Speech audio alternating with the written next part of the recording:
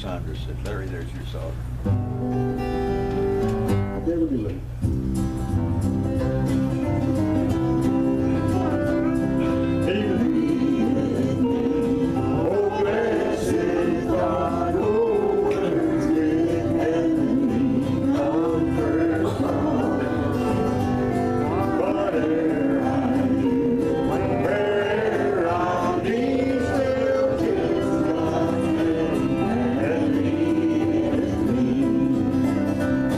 Baby,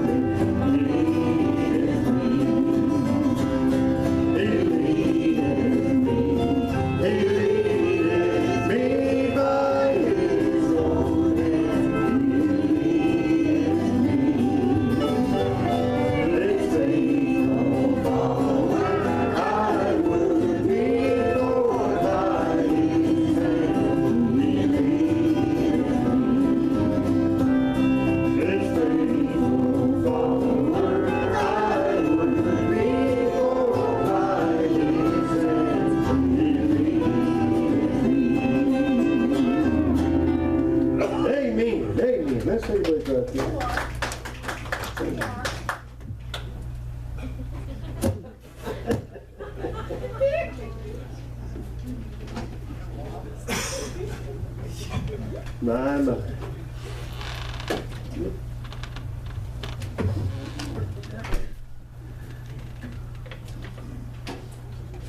Well, my goodness.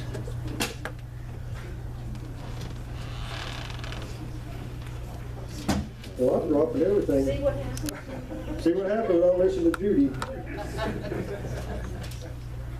My. Okay. How's everybody today? Good. Good day, amen? God is good. All the time. All the time.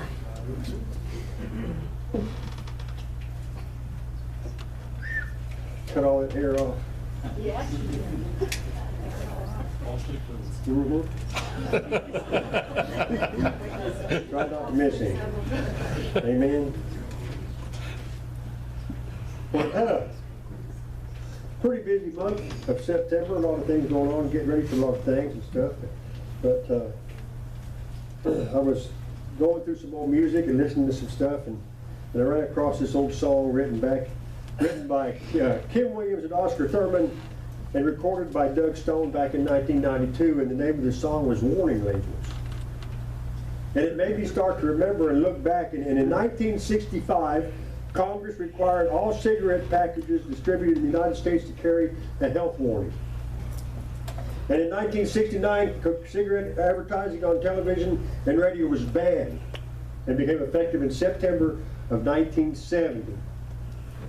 That's almost 50 years ago that they banned advertising of cigarettes. And I thought about the warning label. I thought about, they got a warning label on cigarettes at that point that said, how detrimental they were. And I began to think about that song. That song said that they should put warning labels on those old sad country songs, was what the song was about. And I began to think about the things in our culture, the things in our life that we handle and we deal with every day that have warning labels on them, and how much attention do we really pay to the warning label that's on there. And some of them seem to be a little redundant, but yet they're there for a reason. I noticed that one of the warning labels that there are out there these days is on a wheelbarrow tire. It says not for highway use. I don't know how many people have read that, but if you've read it, you probably got a chuckle out of it and thought, well, I'm not going to be on the highway with it anyway. But the warning labels are really there. I mean, they're there, and they're there for a reason. They're there to kind of let us know that there could be something that's not good for us in this thing that we have, or we need to be careful with it because it could cause harm to us. Now, I typically don't just pick on one thing, but this one thing just kept coming up all week long. It was for 2 weeks. It just kept coming up. The discussion, the idea just kept coming up. And so, we all know that driving and using the cell phone is not a smart thing, right? Driving while texting causes 1.6 million car accidents in the United States every year. 1.6 million car accidents. 21% of U.S. drivers reported sending emails or text messages while on the road. 14% of all fatal crashes in the U.S. involved the use of a cell phone. In 2018, the number of deaths related to cell phone use in car accidents was 4,637 people. Almost 390,000 injuries occur annually in the U.S. due to texting while driving. But there's no warning label on the thing. Why did they leave the warning label off of that? You see, there's a lot of things in our life, there's a lot of things that happen that we just become accustomed to and we don't realize the dangers that are involved. I remember when I was a kid, the majority of people, almost all men, smoked. The majority of them. I mean, it was just about everywhere that you went. A lot of people I knew used to have a smoking jacket. I'm going to put my jacket on and I'm going to go have a cigarette. It was common practice, but as we learned and time went on, we realized that how detrimental it is. We began to become aware, like, that's not a good idea. That's not a good idea. Now, these statistics are not new. I think probably everybody already knew everything that I read pretty close. Had a pretty good idea that it was as bad as it is. But is it going to take a warning label on a cell phone? before the people began to realize there's something that's not really good for me that I'm dealing with every single day. A study conducted by the University of Michigan found that college students from this decade are 40% less empathetic than college students were 30 years ago. The cause of this steep drop in empathy is presumed to be in a combination of exposure to media and social media, both of which are conveniently carried around in our pockets all the time. It disconnects us. It's causing us harm, just like cigarettes did back in the day that we wasn't really aware of. Now, I've had an inclination in myself for some time to stop using it. Remember when they first come out with a cell phone and they said don't use it when you're pumping gas because it can set the gas station? And how many people do you see at the gas station?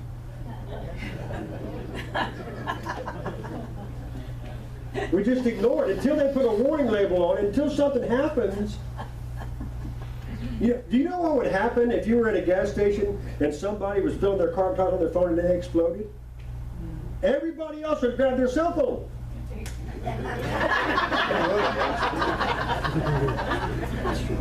That's exactly what we would do. We become, well, and this whole point is we become distracted. It takes up an enormous part of everybody's day. What if you spend as much time praying to God as you do on your phone? Do you know how much different your life would be? Do you know how much change there would be in your life if you spent half as much time praying and communicating with God as you do on your phone? Your life would be unbelievable.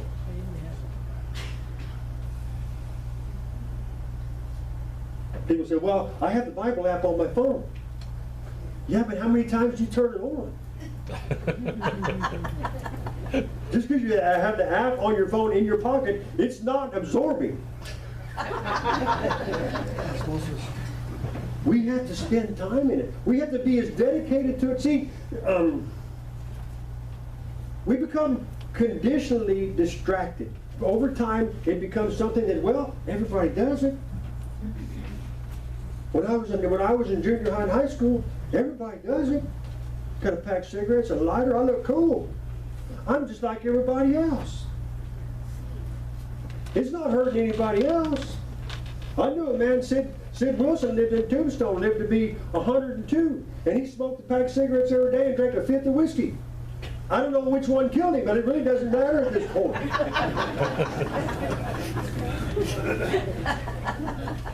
Maybe your cell phone won't kill you before you're 102, but maybe it will.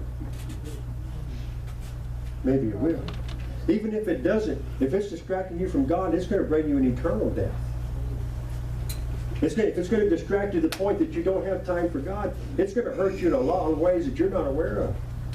It's going to come back to get us in a way that we didn't really know was happening. You see, distraction puts us in a spiritual danger. It's an evil that separates us from God. It takes away the time that we should be spending thanking the Lord that we're even alive, and that we have today, and that we have the things, we have the privileges that we have to be able to come together and to serve Him, and to be able to reach out to Him at any time. To be able to reach out and communicate with God anywhere I'm at any time I want to do, I can do that. I have that ability. But there's things in our life, not just cell phones and cigarettes, but there's a list of things that do distract us from that keeps us from really reaching out and being able to experience God in our life on a daily basis. I'm working on myself. I'm working on leaving my phone at home, and when I get home in the evening, that's how we used to do it when they come up with the answer. But see, before it wasn't even an answering machine. If you called and nobody answered, you just didn't get to talk to them. But then they developed the answering machine where you could leave them a message and they could call you back later. And we progressed. See, we just slowly, if you remember the little story about the frog in the pot of water? We slowly acclimated, slowly worked our way into where our not just Arizona City, but the world is distracted. This is the enemy's plot. This is the enemy's plan to distract people where they don't have time to spend with God. And we fall right into it with everybody else. But individually, ourselves, when we see that, okay, maybe I'm putting something of less importance in your priority list above God, is called having an idol. That's what the Bible calls it, having an idol. And when we went to Freedom years ago, they had a screen, a note popped up on the screen, please turn off your cell phone. And I think back about over the years how things have evolved, how things have changed to where, and you know, I'm as guilty as anybody. I go to Gary's Bible study and I forget to take my Bible, so I grab my phone and I pull the Bible up on my phone. And I thought that's really kind of making an excuse. If it was that important for me to go to Bible study, you'd think I would take my Bible. Instead of making up an excuse why I didn't, and using something else that can distract me. Because while I'm on the phone looking up scriptures, which it was kind of fun one time because Judy thought I could recite that verse that Gary quoted right off the top of my head. I had it on my phone and I just read it real quick.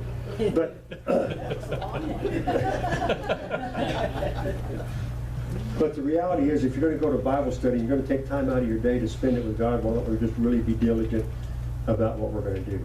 And not, because if I have my phone, and guess what, if it goes off, guess what?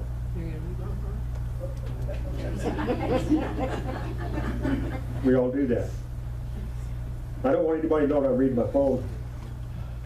How are y'all doing today? It distracts us. Even when we try to use it for good, it distracts us. It's a distraction. It's a distraction. It stops us from moving. It stops our progress. It stops us from moving forward. It stops us from growing in our relationship with the Lord. Because even if we're just reading the Bible out, we're distracted by what's going to happen. How many times have you really been trying to read something and something pops up on your phone? You can't even have your phone on without something coming up on it. Even on the computer, I study and use the computer a lot for researching and looking things up. And every time you go somewhere, they got an advertisement. You can't open or do anything that you don't get some kind of advertisement, some kind of distraction to hopefully take you away from studying the Word of God. To hopefully separate you. See, when we look at it, we remember that we live in a spiritual realm, as it tells us in Ephesians, that we're not warring against flesh and blood, but against principalities, against powers in dark places, against spiritual things. And the minute you're going to study God, Satan goes, no, wait, the phone's ringing. You need to answer it because it's top health. They want to save some insurance. And if you don't answer now, they're going to call back in 5 minutes and do it again. See, the Word of God is where we need to be and not distracted from. When my dad had the steakhouse and bar down in Catalina, when you walked in, you had to leave your gun. If you had a gun, if you were carrying a gun, you had to leave it in a can there by the door. And I thought, we need to do that at church. When you walk in, put your phone in the can. Can you separate yourself from your phone for 1 hour? See, that distraction, we latch onto it, we hang on to it, and we don't let it go. And it's not about specifically the